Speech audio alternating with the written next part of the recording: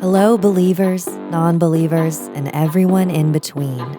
You're listening to Stories with Sapphire. I am Sapphire Sandalo. Now get cozy and open your mind because it's story time.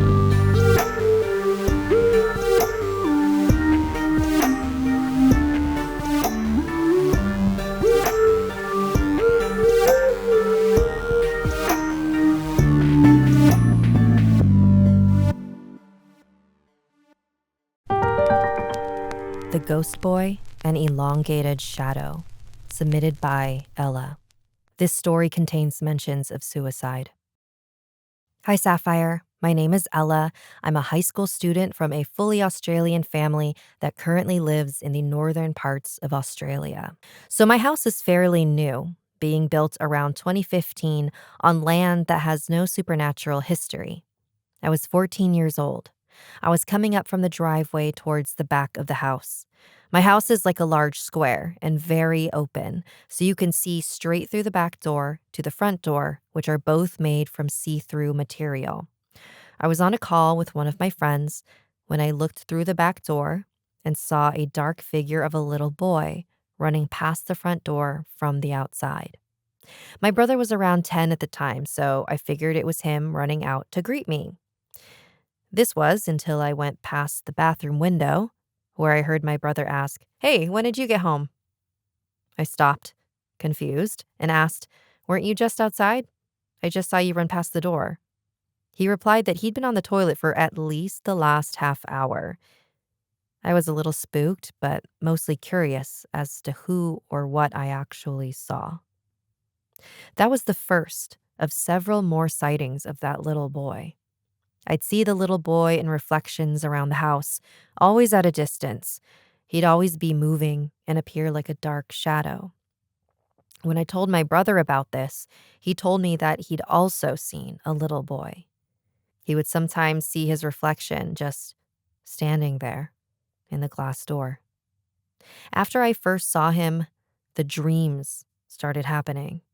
Forgive me if the dreams are a bit patchy, they were a while ago. I was running down an unfamiliar suburban street. A car was chasing me with a man's voice yelling at me, making me scared. I ran into a yellow, unfamiliar house that I recognized in the dream as my home. I cried to my parents saying how someone was chasing me, but my parents remained calm, smiling at me as they told me that he's only chasing me because he loves me. Suddenly, I was in an old, abandoned wooden house, sitting in a long hallway with a softly illuminated boy, around my age at the time, floating in front of me. He said that I needed to kill myself so that he and I could finally be together. So in the dream, I began to think of ways to end my life. But I was too scared, so I ran away and hid. But my aunt and uncle found me and started to bring me back to the ghost boy just before I woke up. It took a few days until I had another similar dream. I was swinging on monkey bars happily, but then I heard yelling from behind me. When I looked behind me, I saw a boy, similar to the one from my other dream, except this time he didn't appear ghostly. He was tan with dark brown hair and dark brown eyes. He was swinging behind me, chasing me, yelling at me to come back and to stay, but I kept swinging away, escaping him before I woke up. I'm 18 now, and haven't had another dream with that boy since. I very rarely see the ghost boy now. The last time I saw him was last year, when he ran past the side door when I looked up from my phone. I don't really know if the dreams and the ghost boy are related, but their timings were just too close not to think they might be. So I thought I'd send you the story and see if you have any ideas. The other occurrence is one I believe could have been sleep paralysis. In 2020, I would sometimes sleep in my parents' room, as during those times I found comfort in knowing they were close by. They had a TV right in front of where I'd position my mattress to sleep. When the TV was turned off, it would shine a rather bright white light. One night I slept in their room when I began to have this strange dream. I was in front of my brother's room where two people that I had never met before began to tell me a list of instructions on how to survive against the creatures. They said a name, but I don't remember it now. Apparently, I woke up in the morning and asked my mom what the word meant. She had no idea and was a little freaked out. They listed several things, but the main one was to breathe heavily if one encounters you. As they said that, they screamed and ducked as one of the creatures came into view in my brother's room. It had a vaguely humanoid body with very elongated limbs and oval head. It had 2 shining white eyes and appeared like a black-coated shadow.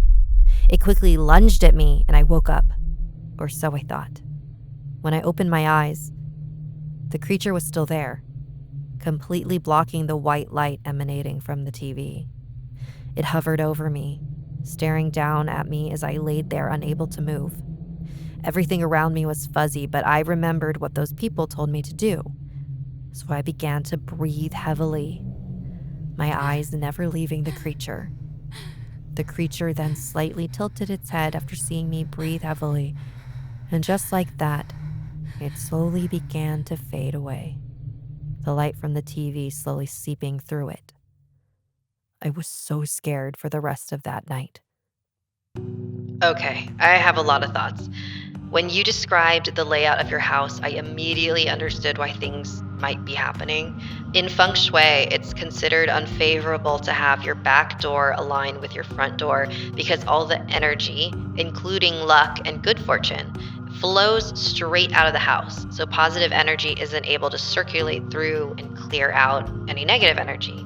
And I am not a feng shui expert by any means, but the longer I work in the paranormal, the more I see just how common it is for paranormal experiences to happen when the feng shui of a house is off.